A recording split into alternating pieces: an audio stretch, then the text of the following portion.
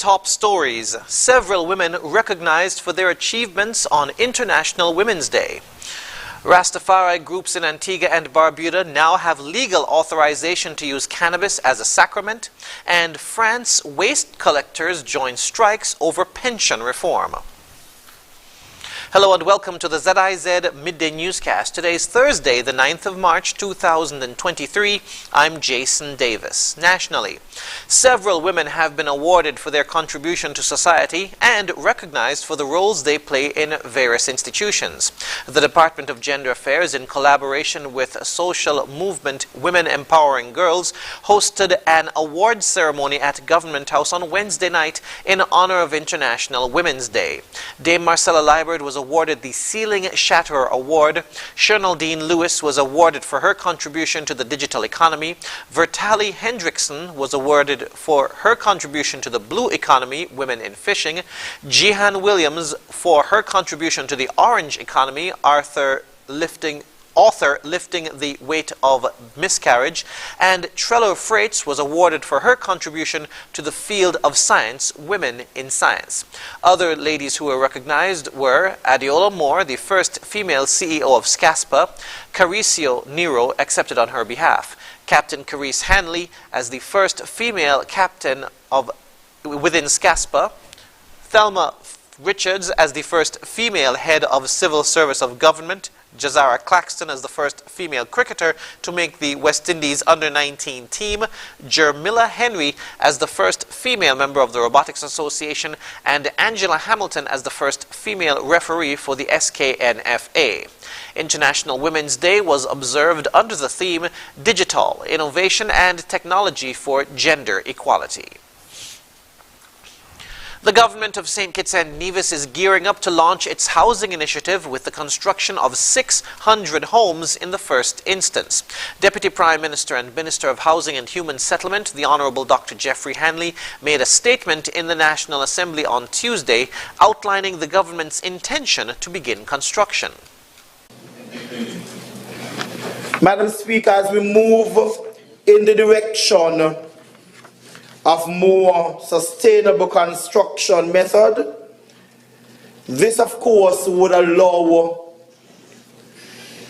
a more effective way of building, while of course ensuring that it cuts down on the costs. We are finalizing all of the dottings and crossing of T's with a company that will be delivering up to 2,400 homes.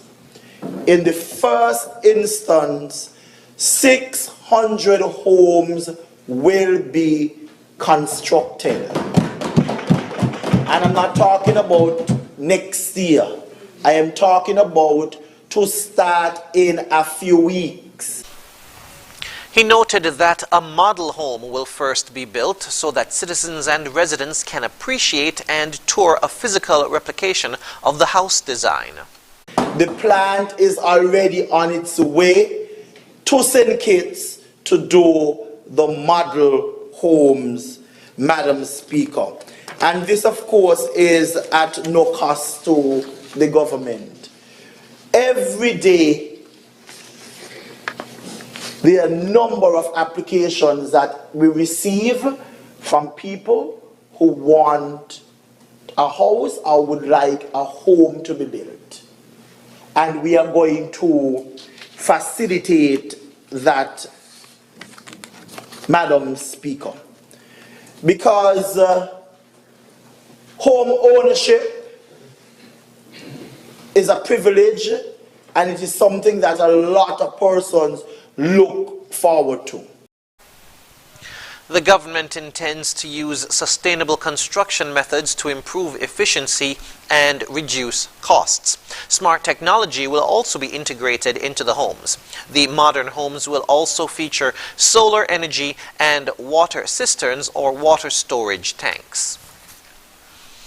At a brief ceremony on Tuesday at the maternity ward of the Joseph and France General Hospital, officials unveiled a plaque recognizing the institution's achievement of completing the Baby Friendly Initiative certification process.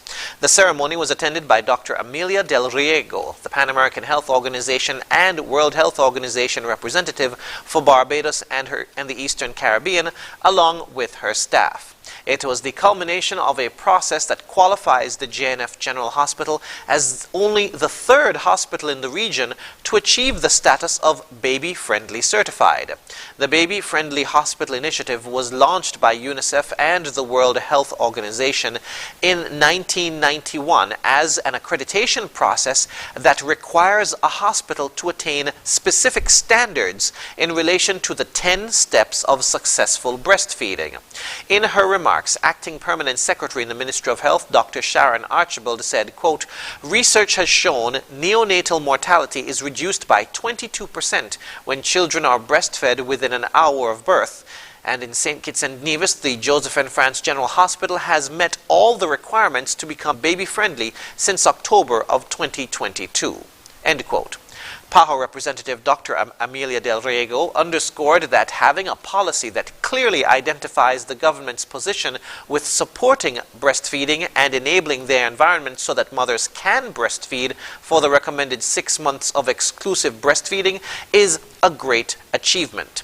Dr. Riego commended the hospital's maternity ward staff and management for their dedication to improving maternal and child health outcomes in St. Kitts and Nevis, and the delegation expressed their support for continued efforts to promote and protect the health and well-being of mothers